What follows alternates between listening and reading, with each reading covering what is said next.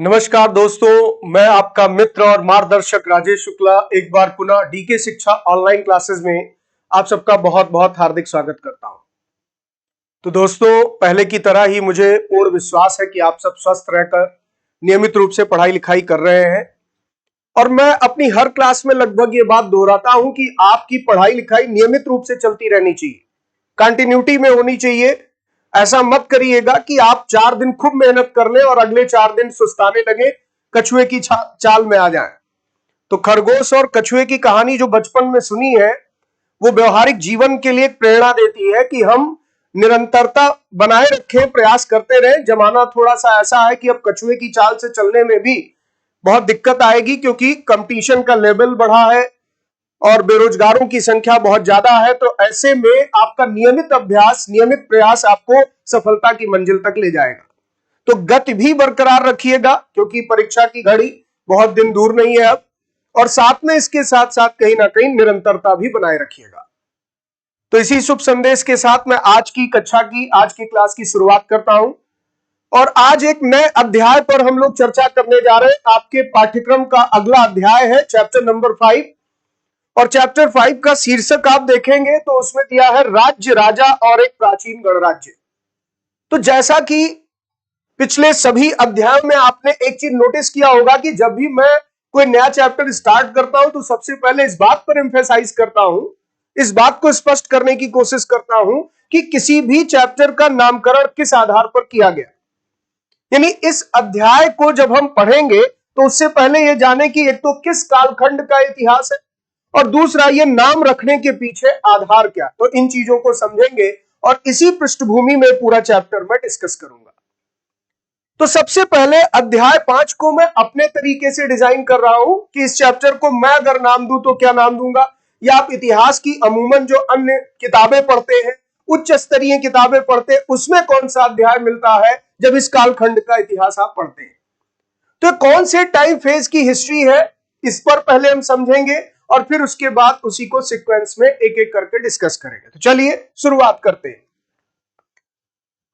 तो आज हम लोग यहां पर अध्याय 5 में राज्य, राजा और एक प्राचीन गणराज्य, kingdoms, Kings and early Republic, इसके लेक्चर नंबर 1 पर चर्चा करने जा रहे हैं। और इसके अंतर्गत मैं सबसे पहले इसी अध्याय को एक नए नाम से आपके सामने रख रहा हूं और फिर एक एक टाइटल को मैं इसमें क्लियर करूंगा कि इसमें राज्य, राजा और प्राचीन गणराज्य की बात क्यों की गई। तो बेसिकली ये जिस कालखंड का इतिहास है उसे सामान्य तौर पर हम नाम दे सकते हैं उत्तर वैदिक काल। उत्तर वैदिक काल यानी लेटर वैदिक एज।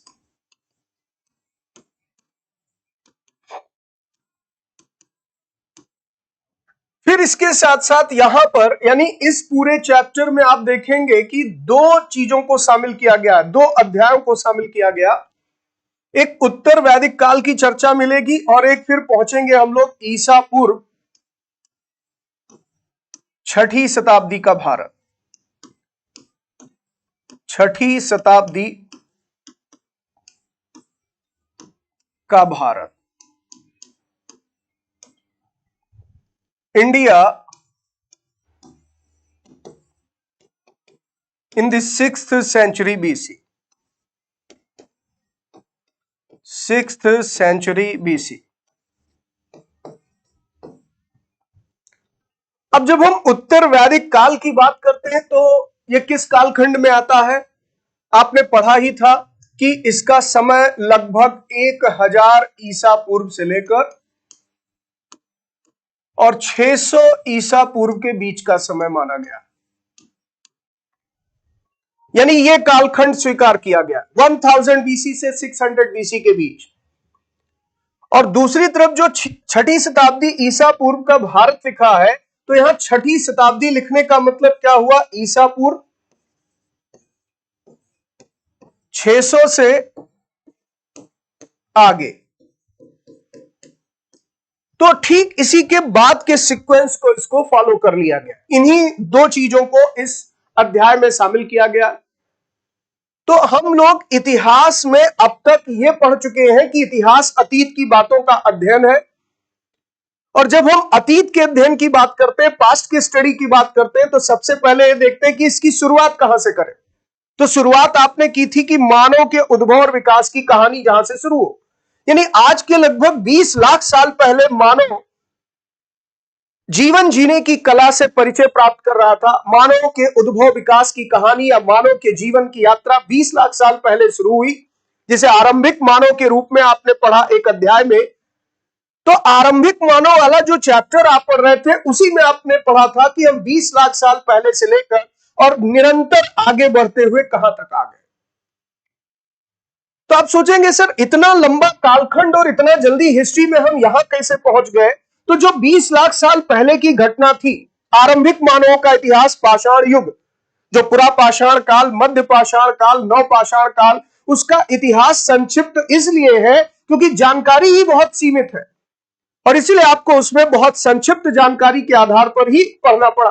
बहुत कुछ विस्तार से जानकारी है ही नहीं और उसका कारण भी आपने जाना, कोई लिखित प्रमाण नहीं, केवल पुरातात्विक अवशेषों से बातें पता चलती। तो जो पता चला उस पर मोटे तौर पर कुछ मुख्य बातें आपने सीखी। फिर उसके अगले चरण पर आपने बढ़ करके देखा एक नगरीय सभ्यता ने जन्म लिया, हड़प्पा सभ्यता। तो हड़प्पा सभ्यता का समय भी आपने देखा आज से लगभग 4700 साल पहले।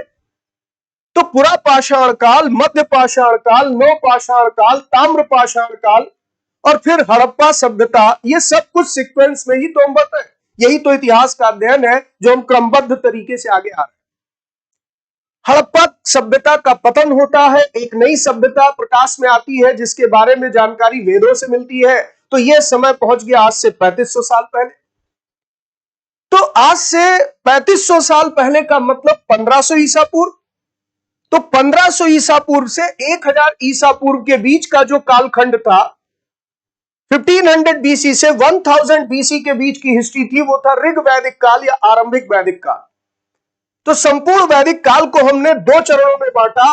अभी तक आप ऋग वैदिक काल की अवस्था के बारे में अध्ययन कर रहे थे, जब आपने देखा आर्यों का समाज कबीलाई समाज था, वो पशुचारक थे, कृषि के अपेक्षा पशुपालन का अधिक महत्व था। तो ये सारी बातें आप पिछले अध्याय में पढ़ रहे थे। अब यहां एक नए अध्याय में आप उत्तर वैदिक काल की अवस्था देखने जा रहे हैं और उत्तर वैदिक काल के बाद इतिहास की एक नई दिशा आपको मिलेगी जो ईसा पूर्व 6वीं शताब्दी के भारत के रूप में आप यहां पर देख सकते हैं। तो अब जो पढ़ने जा रहे हैं वो 1000 ईसा पूर्व से लेकर 600 ईसा पूर्व के बीच की कहानी और दूसरा चरण आप पढ़ेंगे 600 ईसा पूर्व के बाद की स्थिति। तो उत्तर वैदिक काल से हम लोग पहले आज जो शुरुआत करेंगे वो है उत्तर वैदिक काल। तो चलिए जरा एक बार फिर से हम देखते हैं।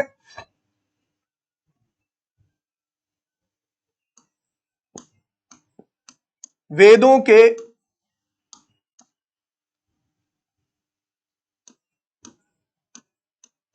रचना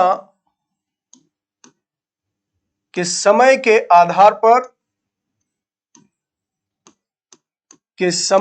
आधार पर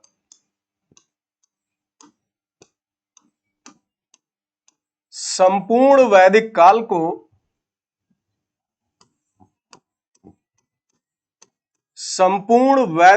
को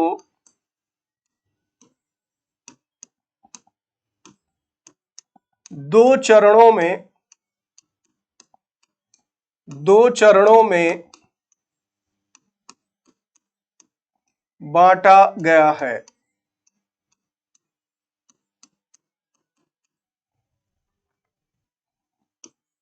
पहला आरंभिक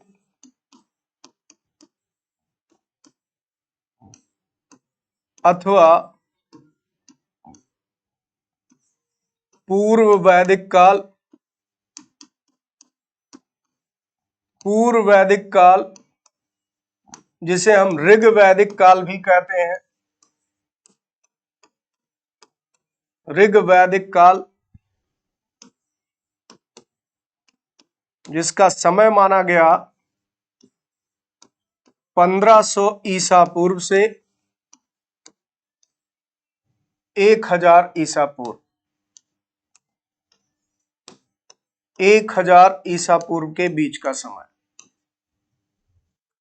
दूसरा उत्तर वैदिक काल,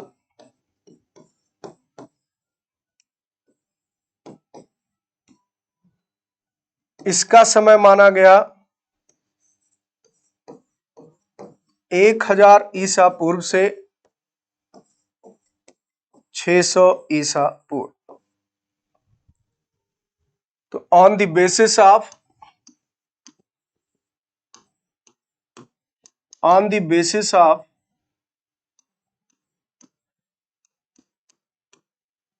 composition period of Vedas, the entire Vedic age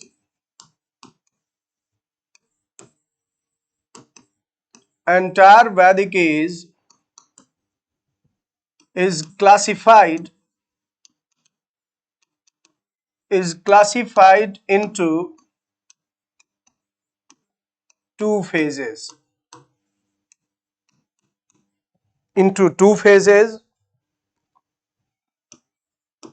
One,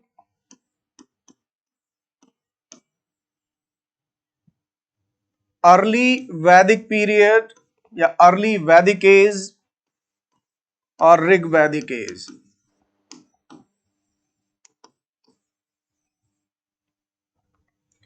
इसका टाइम पीरियड माना गया है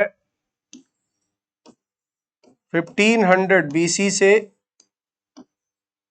1000 BC।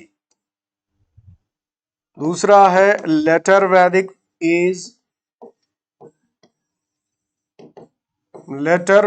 एज, इसका समय माना गया है 1000 BC से 600 BC। ठीक, तो यहां तक बातें स्पष्ट है, जिसमें सबसे पहले हम लोगों ने ऋग वैदिक काल के बारे में अध्ययन किया था। अब उत्तर वैदिक काल के बारे में अध्ययन करने जा रहे हैं। तो ऋग वैदिक काल की कुछ विशेषताएं जरा देखते हैं एक बार पुनः, जिससे हम उत्तर वैदिक काल में फर्क देख सकें। ऋग वैदिक काल,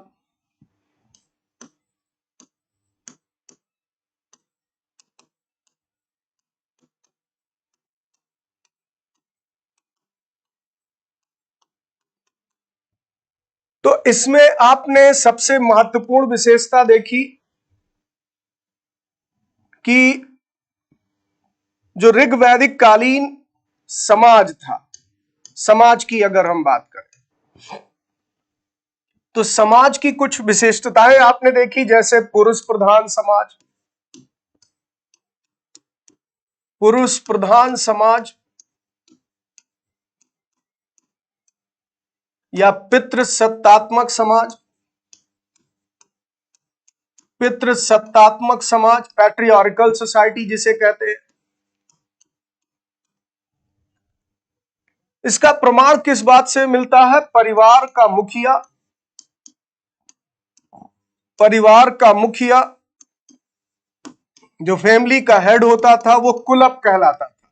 ऋग्वेद में उसके लिए कुलप शब्द आया है, जो सबसे वरिष्ठ पुरुष होता था परिवार के सदस्यों में। दूसरी चीज, संयुक्त परिवार की प्रथा थी।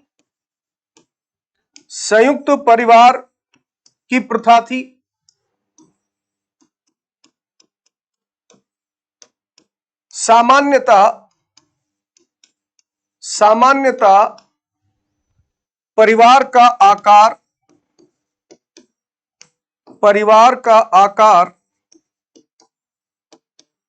बड़ा होता था, क्योंकि उस समय परिवार के सदस्यों की संख्या को संपन्नता के रूप में देखा जाता। जब ज्यादा सदस्य हो परिवार में तो उस परिवार को संपन्न या रिच और प्रॉस्पर मानते थे। दूसरी चीज आप देखेंगे कि पुरुष प्रधान समाज होते हुए भी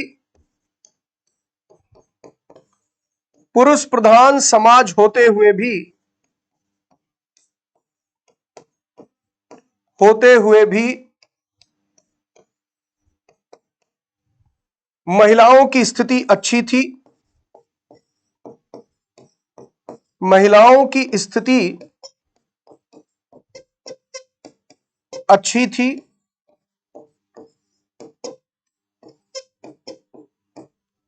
ऋग्वेद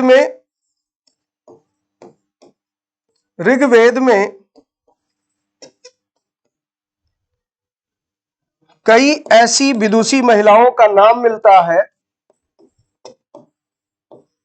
कई ऐसी विदुषी महिलाओं का नाम मिलता है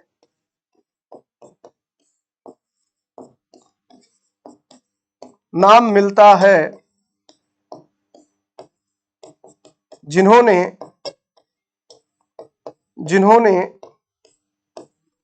मंत्रों की रचना की।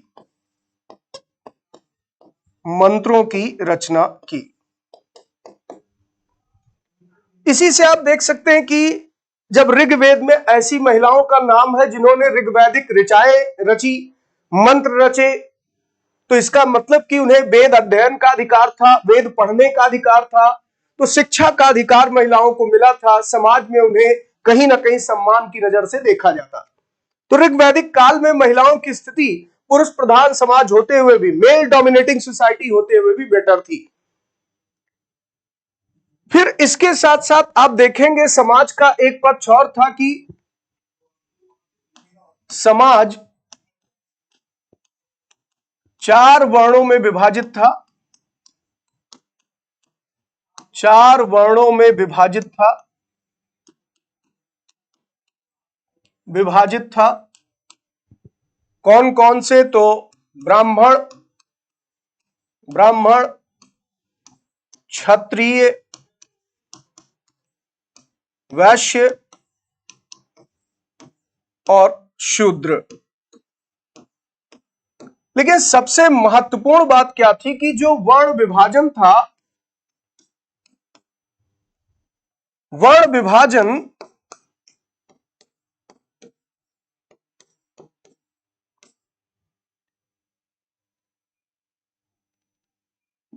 जन्म पर आधारित ना होकर कर्म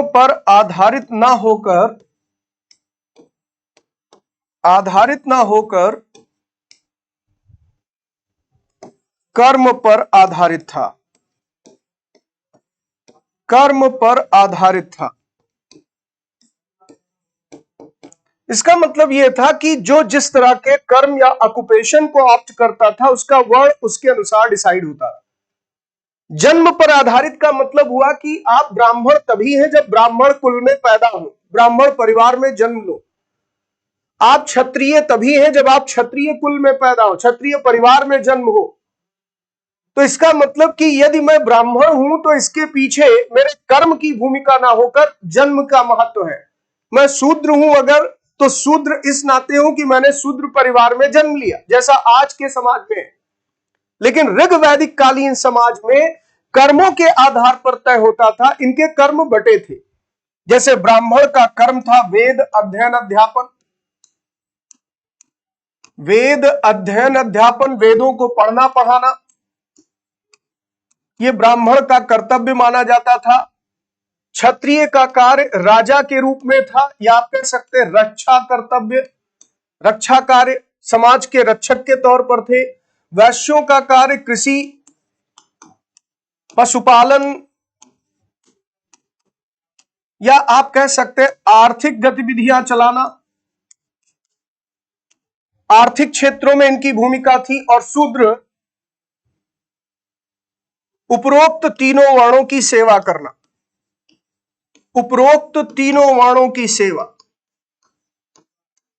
तीनों वर्णों की सेवा। इस तरह से कहीं ना कहीं समाज में वर्ण विभाजन की व्यवस्था थी। और ये जो वर्ण विभाजन है, इसका वर्णन मिलता है ऋग्वेद के 10वें मंडल में।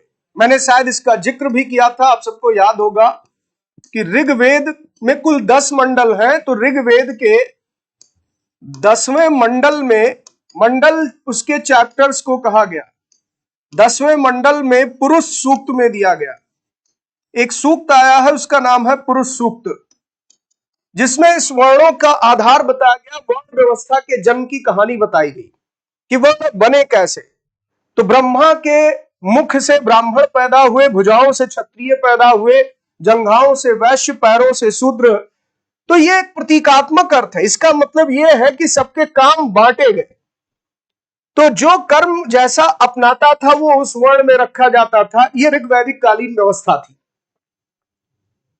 तो यह समाज की दशा आप ऋग्वैदिक काल में देख सकते हैं कि किस तरीके से थी। ऐसे अगर हम राजनीति की बात करें कि उस समय की राजनीतिक दशा क्या थी, राजनीतिक दशा, पॉलिटिकल कंडीशन क्या थी। तो राजनीतिक दशा में मैंने कहा था कि यह कबीलाई समाज था। आर्यों का समाज कबीलाई समाज था और कबीलाई समाज में एक सरदार होता है कबीले का। तो सरदार चुना जाता था, कबीलों के द्वारा चुना जाता था, चुना जाता था। तो प्रत्येक जन का सरदार होता था, सरदार होता था। और यहीं से आप कह सकते हैं राजतंत्र की व्यवस्था का जन्म होना शुरू हो गया, यानी राजतंत्र का अस्तित्व आना शुरू हो गया। अब यह कैसे आया? तो सबसे पहले जो राजनीतिक रूप से सबसे छोटी इकाई थी, सबसे छोटी इकाई, सबसे छोटी इकाई ये थी कुल। तो कुल का जो प्रधान होता था, ये मैंने अभी थोड़ी देर पहले बताया आपको, कुलप कहलाता था। कुलप या गृहपति कहते थे, गृहपति। फिर इसके बाद कई कुलों के मिलने से बनते थे ग्राम। ग्राम का प्रधान होता था ग्रामणी, ग्रामणी कहलाता था। कई गांवों के मिलने से फिर विश्व बनते थे, जिसका प्रधान विश्वपति कहलाता था।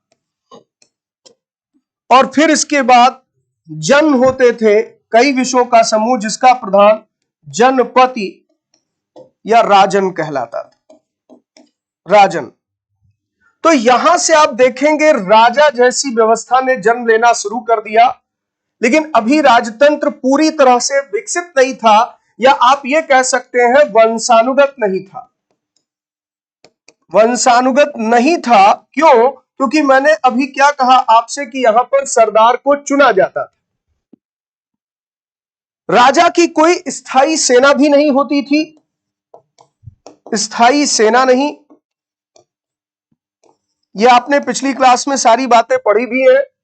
और कर वसूली नहीं होती थी, कर का ढांचा नहीं था। तो कर नहीं, स्थायी सेना नहीं, इसलिए राजतंत्र बहुत ही मजबूत स्थिति में नहीं था। राजतंत्र अपने आरंभिक विकास की अवस्था में था। यह राजनीतिक दशा थी। फिर इसी तरीके से अगर आर्थिक दशा की बात करें, इकोनॉमिक कंडीशन की बात करें, आर्थिक दशा की अगर हम बात करें, इकोनॉमिक कंडीशन देखें, तो आरंभिक वैदिक काल में, ऋग वैदिक काल में कृषि की अपेक्षा पशुपालन का महत्व अधिक था। पशुपालन का महत्व अधिक था, अब आप कहेंगे सर ये कैसे तय हो रहा? तो आप देखेंगे आर्य कबीलों में अक्सर जो लड़ाइयां होती थी, उन लड़ाइयों के पीछे गाय की चोरी बहुत बड़ा मुद्दा था।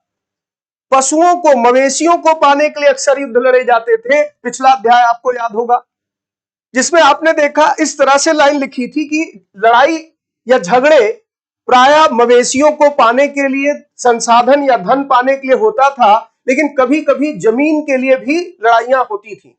तो जमीन के लिए कभी कभी लड़ाइयों का मतलब ये हो गया यदा कदा, हमेशा नहीं। तो जमीन का महत्व अभी उतना नहीं था जितना यहां पर पशुओं का महत्व था। पशुधन को संपन्नता का आधार माना जाता था। अब वैसे यानी यद्यपि आर्यों का प्रिय पशु, आर्यों का प्रिय पशु घोड़ा था, परंतु गाय का आर्थिक महत्व था, गाय का आर्थिक महत्व अधिक था, महत्व अधिक था।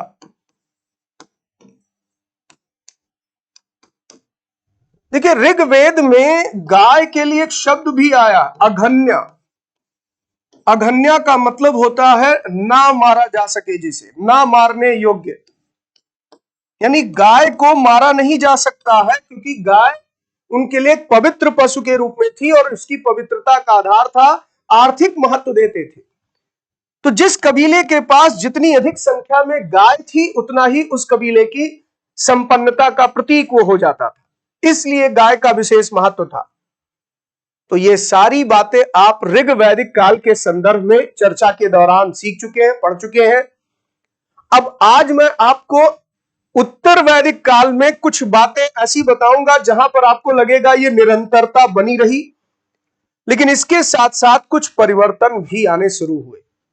तो निरंतरता भी और परिवर्तन भी दोनों का मूल्यांकन करेंगे। तो अब आ जाते हैं हम लोग लेटर वैदिक एज में। लेकिन एक बार फिर से कंफर्म कर दूं कि यदि आप अर्ली वैदिक एज की बात करते हैं तो सोसाइटी में male dominating society, patriarchal society या फैमिली का हेड कुलप कहलाता था।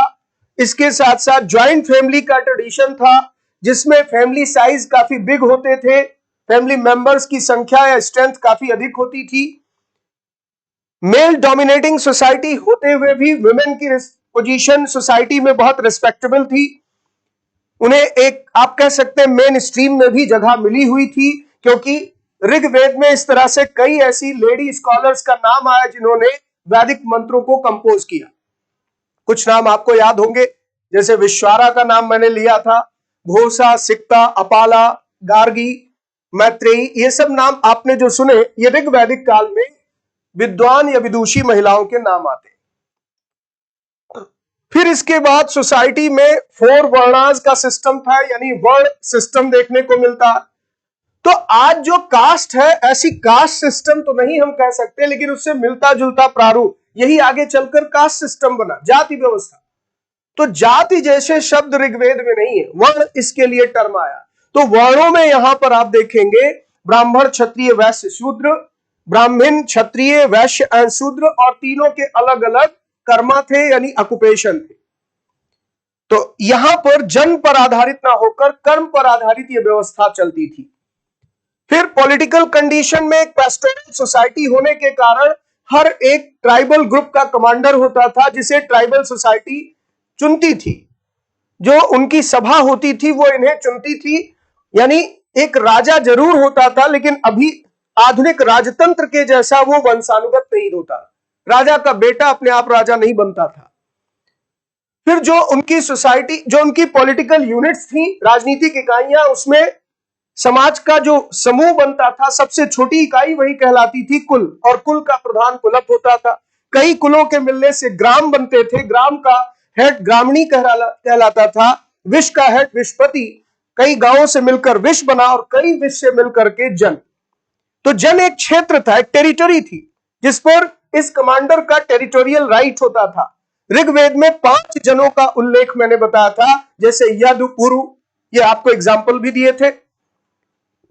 फिर इकोनॉमिक कंडीशन में अभी आप देखें तो एग्रीकल्चर के कंपैरिजन में कहीं ना कहीं एनिमल रेयरिंग ज्यादा इंपॉर्टेंट थी, और एनिमल्स में भी आप देखें हॉर्स और काऊ की ज्यादा वेटेज था। तो ये सब हम लोग पढ़ चुके हैं। अब बात करने जा रहे हैं उत्तर वैदिक काल की।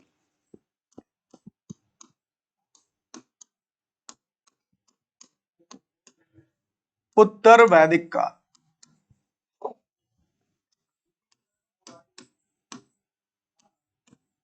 Letter Vedic as. एक तो समय आपको बताया 1000 ईसा पूर्व से लेकर 600 ईसा पूर्व के बीच का समय। 1000 BC से 600 BC के बीच का टाइम पीरियड। तो इसमें एक तो ये परिवर्तन देखेंगे कि जो जन थे ऋग्वैदिक काल के जन, अब ऋग्वैदिक काल के जन जनपद में परिवर्तित हो गए।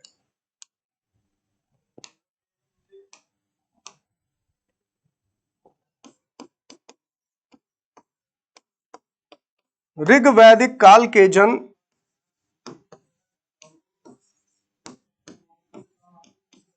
अब जनपद में परिवर्तित होने लगे। जनपद में परिवर्तित होने लगे।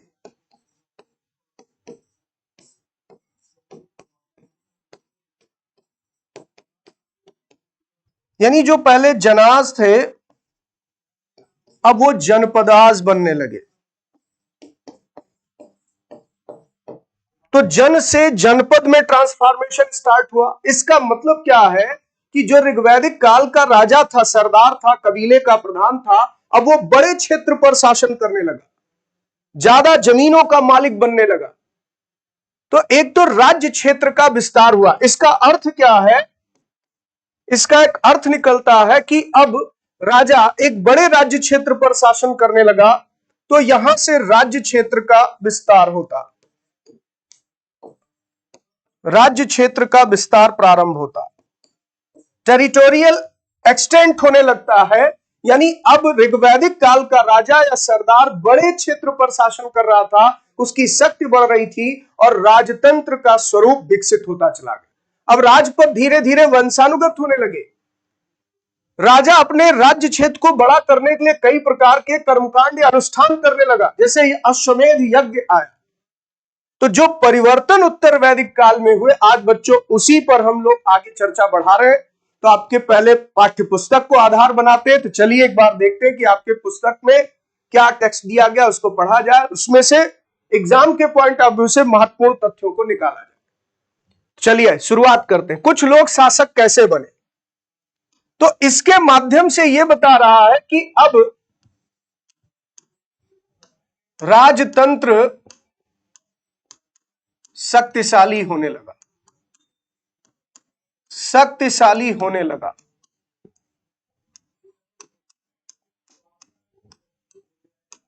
यानी आप कह सकते हैं प्रॉपर तरीके से मोनार्की सिस्टम अब आया, मोनार्की आई। कैसे? तो देखिए, लगभग 50 वर्षों से हम अपने शासकों का चुनाव मतदान के जरिए करते आ रहे हैं। आज की डेट में आप अपनी सरकार को चुनते हैं। आज राजतंत्र नहीं है, लोकतंत्र है। तो जब हम शासकों का चुनाव मतदान के जरिए करें तो इसी को कहते हैं लोकतंत्र। लेकिन बहुत पहले लोग शासक कैसे बनते थे? हमने अध्याय 4 में यह पढ़ा है कि कुछ राजा संभवतः जन यानी लोगों द्वारा चुने जाते थे, कबीले का सरदार। परंतु करीब 3000 साल पहले राजा बनने की इस प्रक्रिया में कुछ परिवर्तन दिखाई दिए। यह परिवर्तन बहुत महत्वपूर्ण है, यही तो बताने जा रहा हूं कि उत्तर वैदिक काल में परिवर्तन आया। तो ध्यान दीजिएगा, करीब 3000 साल पहले राजा बनने की इस प्रक्रिया में कुछ परिवर्तन दिखाई दिए। तो 3000 साल पहले की ये बात कर रहा है। ये बहुत ही महत्वपूर्ण बिंदु आपको बता रहा हूं, स्टार पॉइंट है परीक्षा के दृष्टिकोण से। तो 3000 साल पहले का मतलब क्या हुआ कि अगर आप टाइम से कैलकुलेट करें तो कहेंगे लगभग 1000 ईसा पूर्व के आसपास की बात हो रही है। उत्तर वैदिक काल आ गया, तो राजा बनने की प्रक्रिया में परिवर्तन आ गया। पहले आप देख रहे हैं कि राजा कबीलों द्वारा चुना जाता था, कबीला अपना सरदार चुनता था। और अब यहां पर राजा बनने के लिए वंशानुगत व्यवस्था आने लगी, वंश के द्वारा राजगद्दी मिलने लगी, राजा का बेटा राजा बनने लगा और अपनी शक्ति के प्रदर्शन से राजा बनने लगे। जो कबीलों की परिषद या सभा थी उसके चुनने की व्यवस्था समाप्त हो गई। कुछ लोग बड़े बड़े यज्ञों को आयोजित कर राजा के रूप में प्रतिष्ठित हो गए। यानी अब देखिए, यज्ञ जैसे कर्मकांड अनुष्ठान के माध्यम से अपनी शक्ति का प्रदर्शन किया और अपनी शक्ति दिखाकर तलवार के दम पर राजा बनने लगे। तो पहले जनता तय कर रही है हमारा सरदार कौन होगा, हमारा जन का रक्षक कौन होगा, जनस्य गोपा। लेकिन अब यहां राजा अनुष्ठान के माध्यम से अपनी ताकत दिखाकर, क्योंकि ये जो कहा गया कि राजा के रूप में प्रतिष्ठित हो गए बड़े बड़े यज्ञ, इसमें एक महत्वपूर्ण यज्ञ आएगा, अभी आप देखिएगा, अश्वमेध यज्ञ। तो ये राजा की शक्ति का प्रदर्शन ही तो है। राजा ने एक घोड़े को पूजा पाठ करके छोड़ दिया, वो घोड़ा जिस इलाके में विचरण करके आ गया, अगर किसी को आपत्ति है, ऑब्जेक्शन है, तो उस घोड़े को पकड़ ले, तो राजा अपनी सेना के साथ पहुंचकर उस घोड़े को छुड़वाएगा, और अगर वो राजा विजयी हो गया तो उस क्षेत्र के राजा को उसे अपना स्वामी मान लेना होगा। इस तरह से राजा शक्ति के दम पर अपनी सत्ता पाने लगा। रामायण में आप सबने एक पात्र का नाम सुना होगा, लव और कुश का। दो पात्र हैं, माता सीता के दो पुत्र। भगवान राम ने अश्वमेध यज्ञ का आयोजन किया, घोड़ा छोड़ दिया, लव कुश ने उस घोड़े को पकड़ लिया। तो घोड़े को छुड़ाने के लिए पहले लक्ष्मण गए, भरत गए, सब पराजित हुए, राम को स्वयं जाना पड़ा। तो यहां पर यह वैदिक कालीन संस्कृति का ही एक रूप है कि जहां पर राजा बनने के लिए, राज्य क्षेत्र पाने के लिए, अपनी शक्ति प्रतिष्ठित करने के लिए इस तरह के कर्मकांड या अनुष्ठान किए जाने लगे। तो पहले कहां चुनाव और अब कहां शक्ति के दम पर, यानी इसी को कहते हैं निरंकुश राजतंत्र का जन्म हो गया। आगे बढ़े। अश्वमेध यज्ञ, तो यह कैसा आयोजन था, यह मैंने आपको एक कहानी से बताया। आप सब बच्चों को यह सीरियल याद ही होगा। तो इस तरीके से यहां पर अश्वमेध यज्ञ के माध्यम से शक्ति का प्रदर्शन किया जाता था, और इसका मूल उद्देश्य था राज्य क्षेत्र में विस्तार। राज्य क्षेत्र में विस्तार, क्योंकि ये जहां जहां जाएगा घोड़ा, वो राज्य क्षेत्र राजा के अधीन आता जाएगा। तो ये पूरा पैराग्राफ यहां पर परिवर्तन को दिखा रहा है। अश्वमेध यज्ञ क्या था, यह भी परीक्षा में आएगा, तो इसको भी थोड़ा सा आप देख लीजिएगा। अब यहां महत्वपूर्ण बात यह है कि यह यज्ञ विशिष्ट पुरोहितों द्वारा संपन्न किया जाता था, और इन पुरोहितों को उपहारों से सम्मानित किया जाता था। यानी यही कारण है कि राजा के बाद पुरोहितों का समाज में वर्चस्व था। यह बहुत महत्वपूर्ण पदाधिकारी होता था उस समय। तो राजा और राजा के बाद पुरोहित राजनीतिक रूप से सबसे सशक्त वर्ग था। अश्वमेध यज्ञ करने वाला राजा बहुत शक्तिशाली माना जाता था। तो यह लाइन परीक्षा के दृष्टिकोण से यहां अहम हो गई। तो मैंने अभी क्या कहा, यह शक्ति का प्रतीक था, क्योंकि घोड़े को पकड़ने वाले को राजा की सेना से युद्ध का सामना करना पड़ेगा। यज्ञ में आमंत्रित सभी राजा उसके लिए उपहार लाते थे, यानी कि उसका मतलब यह हुआ कि बाकी सभी राजा उसके अधीनस्थ हो गए, और यहीं से जन पर शासन करने वाला राजा अब जनपद का मालिक कहलाने लगा, बड़े राज्य क्षेत्र पर शासन करने लगा। इन सभी आयोजनों में राजा का मुख्य स्थान होता था, उसे राज सिंहासन या बाघ की खाल के एक विशेष आसन पर बिठाया जाता था। तो राजा का मुख्य स्थान होगा ही होगा इस तरह के आयोजन में। उसे शक्ति के प्रतीक के रूप में बाघ की खाल के आसन पर बैठाया गया। युद्ध क्षेत्र में राजा का जो सारथी होता था वही उसका सहचर होता था। परीक्षा के दृष्टिकोण से यह अहम लाइन है, वेरी इंपॉर्टेंट। क्या सारथी ही उसका सहचर होता था? तो तीन महत्वपूर्ण पदाधिकारी सामने आ गए, राजा, पुरोहित और सारथी। यज्ञ के अवसर पर वो राजा की विजयों तथा अन्य गुणों का गान करता था। तो जब यज्ञ का आयोजन होता था तो राजा की प्रशंसा में सारथी उसका, या सहचर के रूप में जो सारथी है, वो प्रशंसा में कुछ पंक्तियां लोगों के सामने रखता था, वो बातें बताता था, राजा का विजय गान करता था। राजा के सगे संबंधी, खासकर उसकी रानियों, पुत्रों को भी कई छोटे छोटे अनुष्ठान करने थे, अन्य सारे आमंत्रित राजाओं का काम। तो जो रानियां थी या उसके पुत्र थे वो भी अनुष्ठानों में भाग लेते थे, लेकिन जो आमंत्रित राजा थे उनका काम सिर्फ बैठकर यज्ञ की पूरी प्रक्रिया को देखना भर था।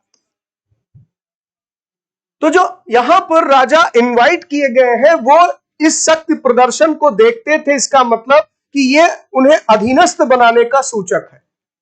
तो राजा के ऊपर पुरोहित पवित्र जल के छिड़काव के साथ साथ अन्य कई अनुष्ठान करता था। तो इस यज्ञ जैसे अनुष्ठान की प्रक्रिया भी परीक्षा के लिए अहम है कि राजा के ऊपर पुरोहित पवित्र जल के छिड़काव के साथ साथ अन्य कई अनुष्ठान करता था। अब यहां पर परीक्षा के दृष्टिकोण से ये लाइन भी बहुत अहम है, वेरी इंपॉर्टेंट। तो एक तो युद्ध क्षेत्र में राजा का सहचर कौन होता था, उसका सारथी, और एक ये पवित्र जल का छिड़काव करना, अन्य अनुष्ठानों को संपन्न करना, ये यहां पर राजा के शक्ति प्रदर्शन का भी एक हिस्सा था। अब बात करते हैं बहुत महत्वपूर्ण विश्व और वैश्य समुदाय की। जैसे सामान्य लोग उपहार लाते थे, जिन्हें पुरोहित शूद्र मानते थे, उन्हें कई अनुष्ठानों में शामिल नहीं किया जाता। तो यह क्या दिखा रहा है कि उत्तर वैदिक काल में शूद्रों की दशा में गिरावट आ चुकी है। शूद्रों को अनुष्ठानों में शामिल नहीं किया जा रहा, उन्हें समाज में सबसे निम्न दर्जे में रखा गया। शूद्रों से ऊपर स्थिति में है वैश्य, जो राजा के लिए उपहार लाते थे जब इस तरह के कोई अनुष्ठान होते थे।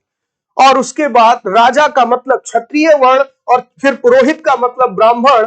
तो यहां पर आप देख रहे हैं कि ब्राह्मण और क्षत्रिय समाज में सबसे प्रतिष्ठित वर्ण था और बाकी की सामाजिक दशा में गिरावट आनी शुरू हो गई। यहीं से वर्ण व्यवस्था में जटिलता आती है। तो वर्ण पर जो जानकारी दी गई, ये पूरा पैरा बहुत महत्वपूर्ण है। इस समय उत्तर भारत में खासकर गंगा यमुना क्षेत्र में कई ग्रंथ रचे गए। अब गंगा यमुना क्षेत्र में कई ग्रंथ रचे गए, तो गंगा यमुना क्षेत्र में इसका मतलब क्या हुआ? आर्य संस्कृति का प्रसार, आर्य संस्कृति का प्रसार हुआ, आर्यन कल्चर का एक्सपेंशन हुआ। आपने पढ़ा था ऋग वैदिक काल में लोग सिंधु नदी के आसपास के इलाकों में, पंजाब हरियाणा के क्षेत्रों में बसे थे। अब ये कहां पहुंच गए? गंगा यमुना क्षेत्र में। यानी ये आप कह सकते हैं उत्तर प्रदेश और बिहार के रीजन तक आ गए। उत्तर प्रदेश और बिहार से लगता हुआ इलाका, पश्चिमी उत्तर प्रदेश, पूर्वी उत्तर प्रदेश तक ये पहुंच गए। गंगा यमुना का इलाका आ गया तो दिल्ली के आसपास का क्षेत्र, पश्चिमी उत्तर प्रदेश का इलाका और उत्तर पूर्वी जो यूपी का रीजन है वहां तक ये पहुंच गया, यानी बिहार को टच करने लगे। क्योंकि उत्तर वैदिक ग्रंथों में आर्यों की जो सीमा बताई गई, पूर्वी सीमा, वो है सदानीरा नदी। और सदानीरा की पहचान आज के गंडक नदी से की जाती है। इससे पता चलता है कि ये लोग गंडक के किनारे तक पहुंच गए थे, बस गए थे। यही बात लिखी है कि ऋग्वेद के बाद रचे होने के कारण ये उत्तर वैदिक ग्रंथ कहे जाते हैं। क्या बताया था कि जो वैदिक ग्रंथ है उसमें एक ऋग्वेद है और बाकी अन्य सभी ग्रंथों को हम क्या कहते हैं? उत्तर वैदिक ग्रंथ।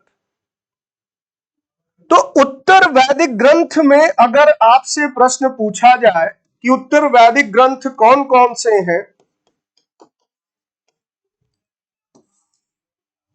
तो उत्तर वैदिक ग्रंथों की अगर हम बात करते हैं तो इसमें यहां पर एक तो 3 अन्य वेद जो है, जैसे सामवेद, यजुर्वेद और अथर्ववेद, ये 3 वेद हैं। और इसके अलावा अगर देखा जाए तो यहां पर मैंने आपको बताया था ब्राह्मण ग्रंथ, जो वेदों पर लिखी गई प्रोज कमेंट्रीज हैं, ये भी इसका हिस्सा है।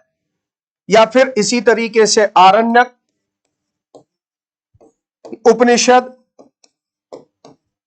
ये सब उत्तर वैदिक ग्रंथ कहलाते। तो इसके अंतर्गत ये जो लाइन लिखी है परीक्षा के दृष्टिकोण से बहुत अहम है कि इसके अंतर्गत कौन कौन से शामिल है? सामवेद, यजुर्वेद, अथर्ववेद तथा अन्य ग्रंथ शामिल हैं। पुरोहितों द्वारा रचित इन ग्रंथों में विभिन्न प्रकार के अनुष्ठान और उनके संपादन की विधियां बताई गई। तो मैंने आपको पहले ही बताया, सामवेद में मंत्रों को गाने की विधि बताई गई, यजुर्वेद में यज्ञ जैसे अनुष्ठान करने की विधियां बताई गई, अथर्ववेद में आयुर्वेद संबंधी जानकारी दी गई। तो ये सारी बातें आप पढ़ चुके हैं। यानी कुल मिलाकर सामाजिक नियमों के बारे में भी हमें यहां से जानकारी मिलती है। हम ब्राह्मण ग्रंथ, आरण्यक, उपनिषद, इन सभी शास्त्रों से, धर्म ग्रंथों से उस समय के समाज के क्या नियम थे, क्या सामाजिक दशा थी, इनके बारे में भी जानकारी प्राप्त करते हैं। आगे देखते हैं, उस समय समाज में कई समूह थे। अब यह लाइन बहुत महत्वपूर्ण है, समाज में कई समूह थे।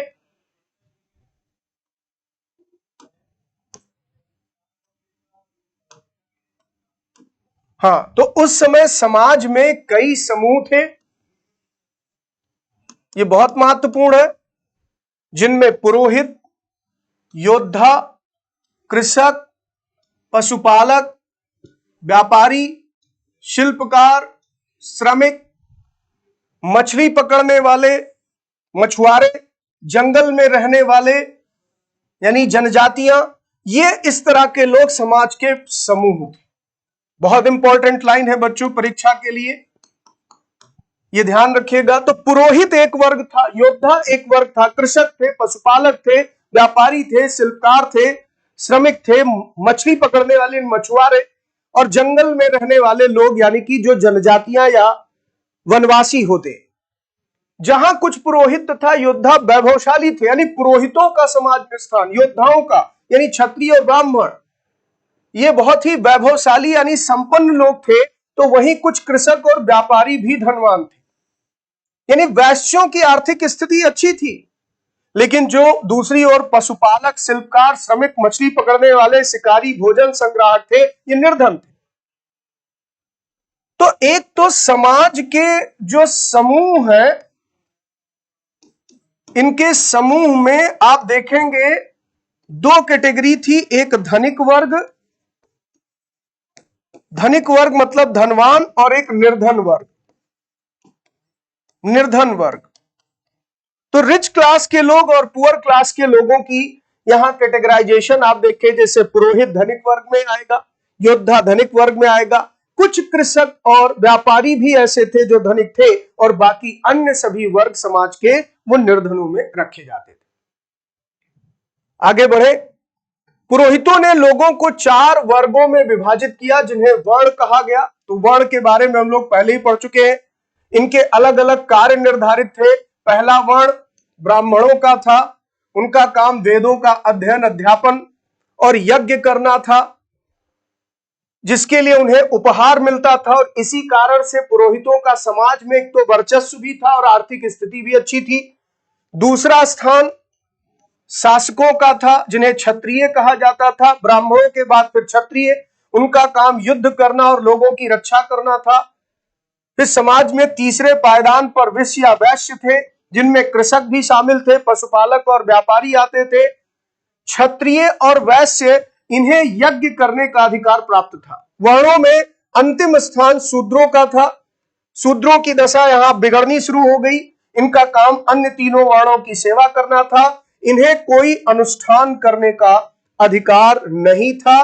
प्रायः औरतों को भी शूद्रों के समान माना गया, महिलाओं तथा शूद्रों को वेदों के अध्ययन का अधिकार नहीं था। ये जो पॉइंट्स हैं बच्चों लास्ट में बहुत इंपॉर्टेंट हैं कि महिलाओं तथा शूद्रों को, और ये जो यहां पर आप देख रहे हैं ये भी बहुत इंपॉर्टेंट लाइन है। तो यहां से लेकर के और यहां तक ये पूरा पैरा परीक्षा में आने की पूरी संभावना है कि जो शूद्र वर्ण थे, इन लोगों को कोई अनुष्ठान करने का अधिकार नहीं था। प्रायः औरतों को भी शूद्रों के समान माना गया, महिलाओं तथा शूद्रों को वेद अध्ययन का अधिकार नहीं था। फिर पुरोहितों के अनुसार सभी वर्णों का निर्धारण जन्म के आधार पर होता था। अब अंतर देखिए, यहां जन्म के आधार पर वर्ण का निर्धारण होने लगा।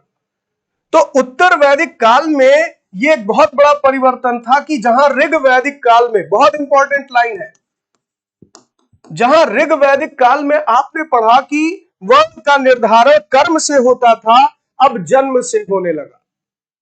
तो वर्ण का निर्धारण अब जन्म पर आधारित हो गया, जन्म पर आधारित हो गया।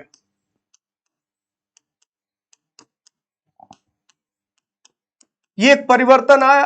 तो राजनीतिक व्यवस्था में परिवर्तन, सामाजिक व्यवस्था में परिवर्तन, महिलाओं की दशा में गिरावट आना शुरू हुआ, शूद्रों को सबसे निम्न पायदान पर रख दिया गया। ये चेंजेस उत्तर वैदिक काल में आने शुरू हो गए। यानी जैसे आज हमारे समाज में जाति का निर्धारण जन्म से होता है, हमारी जाति या हमारी जो कास्ट है वो हमारे बर्थ पर डिपेंड करती है। उदाहरण के तौर पर ब्राह्मण माता पिता की संतान ब्राह्मण होगी, बाद में फिर आप देखेंगे कुछ लोगों को अछूत माना गया। तो उत्तर वैदिक काल से जब हम आगे बढ़ते हैं तो अछूत जैसे प्रथा का भी जन्म होने लगा, यानी अनटचेबिलिटी भी आनी शुरू हो गई। अनटचेबिलिटी भी आनी शुरू हो गई।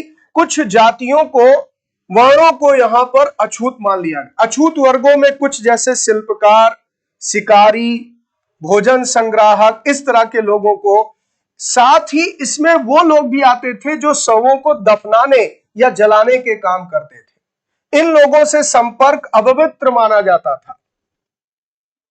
तो ये सब अछूत श्रेणी में आ गए और अछूत एक नए वर्ग का उदय शुरू हो जाता उत्तर वैदिक काल के अंतिम चरण तक आते आते। कई लोगों ने ब्राह्मणों द्वारा बनाई हुई इस वर्ण व्यवस्था को स्वीकार नहीं किया। यानी अब आप देख सकते हैं कि ब्राह्मणों द्वारा यह निर्धारित थी वर्ण व्यवस्था, पुरोहितों ने तय किया था, और इसी वर्ण व्यवस्था का विरोध होना भी शुरू हुआ। कुछ राजा स्वयं को पुरोहितों से श्रेष्ठ मानते थे। ऐसे भी राजा थे, यानी क्षत्रियों और ब्राह्मणों में भी सर्वोच्चता की लड़ाई शुरू हुई। उपनिषदों में इस तरह का जिक्र आया है कि कई राजा वो पुरोहितों से श्रेष्ठ हो गए। कुछ लोग जन्म के आधार पर वर्ण निर्धारण सही नहीं मानते थे। इसके अतिरिक्त कुछ लोग व्यवसाय के आधार पर लोगों के बीच भेदभाव उचित नहीं समझते थे, जबकि कुछ लोग चाहते थे कि अनुष्ठान संपन्न करने का अधिकार सबका हो। कई लोगों ने छुआछूत की आलोचना की। इस उपमहाद्वीप के पूर्वोत्तर क्षेत्र जैसे कई इलाकों में सामाजिक आर्थिक असमानता बहुत कम थी। यहां पुरोहितों का प्रभाव भी बहुत सीमित था। तो इस उपमहाद्वीप के पूर्वोत्तर क्षेत्र, यहां ध्यान दीजिए, पूर्वोत्तर क्षेत्र, तो मैंने अभी क्या कहा, गंगा घाटी में जैसे जैसे आप पूर्व की ओर बढ़ रहे हैं, जो पूर्व और उत्तर का ये इलाका था, यहां अभी आर्य संस्कृत का प्रसार सीमित हुआ था। यह क्षेत्र आर्य संस्कृत से बाहर था। तो जहां पर आर्य संस्कृत का बहुत वर्चस्व था, वहां भेदभाव बहुत था, लेकिन जो आर्य संस्कृत के प्रभाव से मुक्त थे, वहां अभी उतना भेदभाव नहीं था। तो वो क्षेत्र था पूर्वोत्तर क्षेत्र, खासकर आप कह सकते हैं जो बिहार का पूर्वी हिस्सा था, पूर्वी भाग। तो गंगा घाटी के बिल्कुल पूर्व की ओर जाने पर अभी आर्य संस्कृत का प्रसार यहां सीमित था, इसीलिए यहां पर आप देखेंगे इस तरह के भेदभाव उतने नहीं मिले। तो यही सारी बातें यहां पर ट्रांसलेट कर दी हैं मैंने कि आप इसको पढ़ें। अब इसके बाद जनपद की, यानी महायज्ञों को करने वाला राजा अब जन का राजा ना होकर जनपद का राजा बन बैठा। तो महायज्ञ जो शुरू हुए, यहां जनपद शब्द जो है इसका शाब्दिक अर्थ आप देखें, जन के बसने की जगह।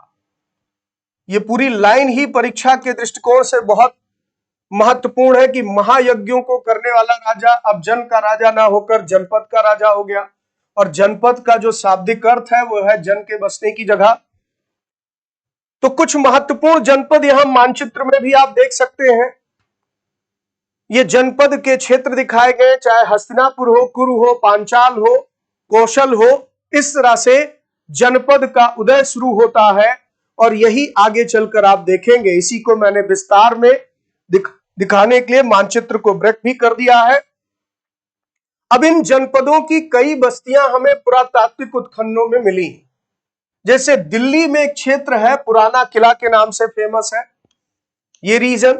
उत्तर प्रदेश में मेरठ के पास हस्तिनापुर या एटा के पास आप देखेंगे एक जगह अतरंजी खेड़ा, यूपी में एटा के पास।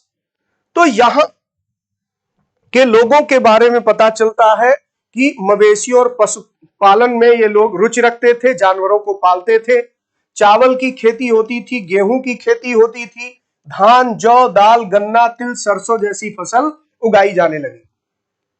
तो कृषि क्षेत्र में आप देखेंगे विस्तार हुआ, कृषि में बदलाव आया, पशुपालन की जगह पर कृषि का महत्व बढ़ना शुरू हुआ, जनपद राज्यों का विकास हुआ। ये सब जो परिवर्तन आए, यही आगे चलकर महाजनपद का आधार बने। तो आज के लेक्चर में आपने कुछ बेसिक चीजें पढ़नी है, इसी पर हम लोग अगली क्लास में चर्चा आगे बढ़ाएंगे। तो एक बेसिक सा स्ट्रक्चर समझ में आ गया होगा कैसे उत्तर वैदिक काल में परिवर्तन शुरू हुआ। अब अगली क्लास में इसी परिवर्तन पर और विस्तार से मैं व्याख्या करूंगा। तो अब इस पर आपने जो कुछ भी पढ़ा, जो भी व्याख्या सुनी, उसके आधार पर कुछ प्रश्नों को हल करते हैं। तो क्विज में आपके सामने पहला प्रश्न है, निम्नलिखित में से कौन सा यज्ञ राज्य विस्तार से संबंधित था? Which of the following sacrifice was related to the state's expansion? राजसूय यज्ञ, वाजपेयी यज्ञ, अश्वमेध यज्ञ या अग्निष्टोम यज्ञ? तो अभी अभी हम लोग चर्चा कर रहे थे, अश्वमेध यज्ञ किस लिए होता था? राजा घोड़े को छोड़ता था, घोड़ा जहां तक घूम कर आ गया और राजा का अधिकार क्षेत्र। तो आंसर क्या हो गया? राज्य विस्तार के लिए किया जाने वाला यज्ञ था अश्वमेध यज्ञ, यानी सी ऑप्शन। अगला प्रश्न देखिए, निम्नलिखित कथनों पर विचार करें। उत्तर वैदिक काल में महिलाओं की सामाजिक दशा में गिरावट आ गई थी। महिलाओं को यद्यपि वेद अध्ययन का अधिकार था, परंतु उन्हें शूद्रों के समान समझा जाता था। तो यह कह रहा है कि there was a decline in the social status of women in the later Vedic age. Although women were allowed to study the Vedas, but they were grouped with the Sudras. तो ये जो बात लिखी कि उत्तर वैदिक काल में महिलाओं की सामाजिक दशा में गिरावट आ गई थी, ये बात सही। महिलाओं को यद्यप वेद अध्ययन का अधिकार था, ये जो लाइन लिखी है ये तो गलत हो गई, क्योंकि महिलाओं को भी वेद अध्ययन का अधिकार नहीं था। तो महिलाओं और शूद्रों को वेद अध्ययन का अधिकार नहीं था, यानी दूसरा स्टेटमेंट गलत है। तो केवल पहला सही होगा, यानी ऑप्शन ए करेक्ट है। तो इसी के साथ आज के लेक्चर को मैं समाप्त करूंगा। यहां पे आपको बताया कि केवल 1 होगा, ऑप्शन ए सही है। और आज हम लोगों ने यहां पर यह जाना कि उत्तर वैदिक काल की अवस्था क्या थी, उत्तर वैदिक काल किसे कहा गया, इसका समय क्या था, यानी लेटर वैदिक एज के बारे में आपने पढ़ा, लेटर वैदिक एज के बारे में आपने जाना। अब अगली क्लास में हम लोग यहां पर डिस्कस करेंगे इसी अध्याय का अगला लेक्चर, यानी अभी आप अध्याय 5 पर ही कुछ चीजें विस्तार से पढ़ने वाले हैं। तो उसमें हम लोग लेक्चर नंबर 2 में कहानी को यहीं से लेकर आगे बढ़ेंगे। तो आज के लेक्चर को यहीं समाप्त करता हूं। आप सबको मेरी बहुत बहुत शुभकामनाएं। धन्यवाद।